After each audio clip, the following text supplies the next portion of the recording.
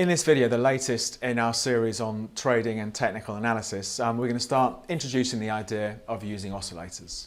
Hello and welcome back to the latest video with me, David Jones, and Trading 212. This is the next step along in our charting and technical analysis series. Now, in recent weeks, we've been looking more at the graphical side, so support, resistance, trends, channels, all this sort of thing. So I thought this week we'll go off in a slightly different direction. We'll look at maybe the more technical side of market analysis and start looking at the idea of oscillators.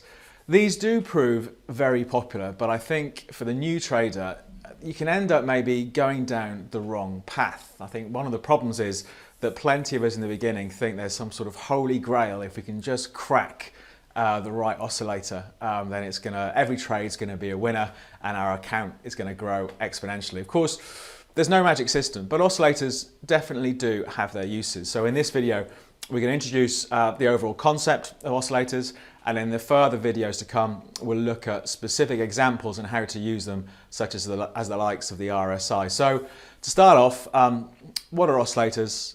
What do they look like? And what can they show us on the chart? Let's take a look at the theory. Let's start off with the basics. Here's our usual fictional market. Here in blue, so the market sells off a little bit, goes sideways, then rallies.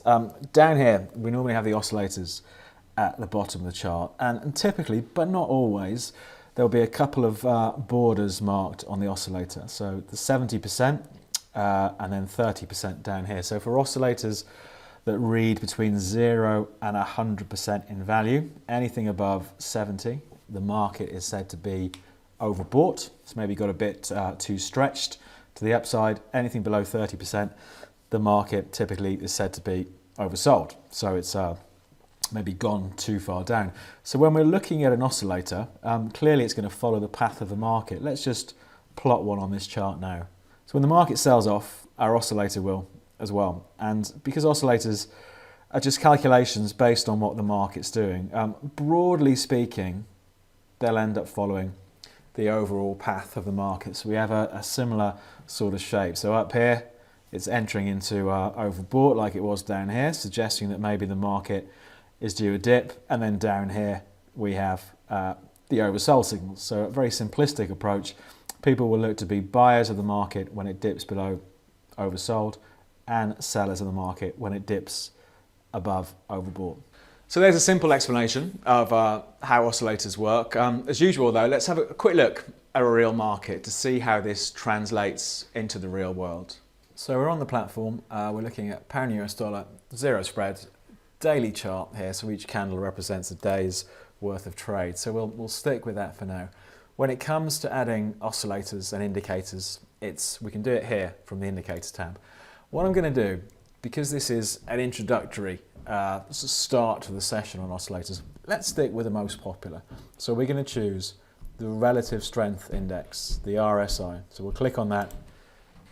We can choose the period. I'm going to choose a 10-day RSI. We are going to cover this in a bit more detail in the next video, but just to get our view of what an oscillator looks like, there we have it. So we have our 70% line in there, the 30% line down here at the bottom, and you can see as the market here slides, then our oscillator, not surprisingly, slides. As the market rallies, then our oscillator rallies. And when we're here, overbought, it's a suggestion the market is going to run out of steam.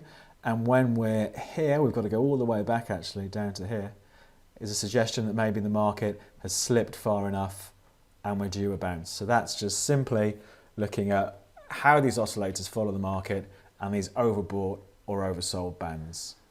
So oscillators probably are better known for the overbought, oversold angle, and that's a very simplistic way of interpreting. One of the downsides is in a strongly trending market, let's say a market is really running higher, like let's say the pound US dollar in recent days, the oscillator will go overbought very quickly, so we'll get you to try and go against the trend, which is far from ideal. But there's another way of using oscillators, not just overbought, oversold. So let's just take a quick look at that. It's not all about, though, just being overbought or oversold. We do get situations, which we're going to look at when we look at the RSI, where the oscillator is following the market, but then something slightly different happens. Like here, the market slips lower, but our oscillator may end up making a higher high. So this particular setup is known as divergence, because let's not forget, these things, they are just based on what the price is doing. It's a calculation based off the price. So if we do see a shift between what the oscillator is doing and what the market's doing, it can be a suggestion that maybe underneath what's going on within this overall downtrend, we are seeing a change in sentiment. You know, prices aren't dropping as quickly as they were, and that's where we get this divergence. So this is something that applies to many different oscillators, and we'll examine it in depth next time round when we look at the RSI. And here's a quick example on the pound US dollar daily chart of this idea of divergence. We've got to go back a bit in time, but we're going back to the 8th of June. So the market slips to a low. The RSI, not surprisingly, goes oversold. You can see it dipping down below that 30% mark oversold. Pound US dollar rallies, slips a little bit lower, but look what's happening here. There's our divergence. The RSI has made a higher low, so this can be a suggestion that maybe this weakness is running out of steam. So that's our high level view of oscillators. In the videos to come, we're going to look at a few different oscillators in a bit more detail and maybe find out which ones you think might be best for your own style of trading. But we'll start wrapping things up there as usual. If you have any questions or comments, just leave us a message in those comments down below. We do read all of them. If you like the video, click on the thumbs up. And to never miss out, this is part of a series. We do lots of videos throughout the week on other markets as well. But if you're not subscribed, if you click on the subscribe button there, and if you click the alarm bell notification thing down there, you'll get notified every time a new video gets uploaded. But for this week, from me, David Jones and Trading 212, we'll leave it there, and I hope you have a good trading week.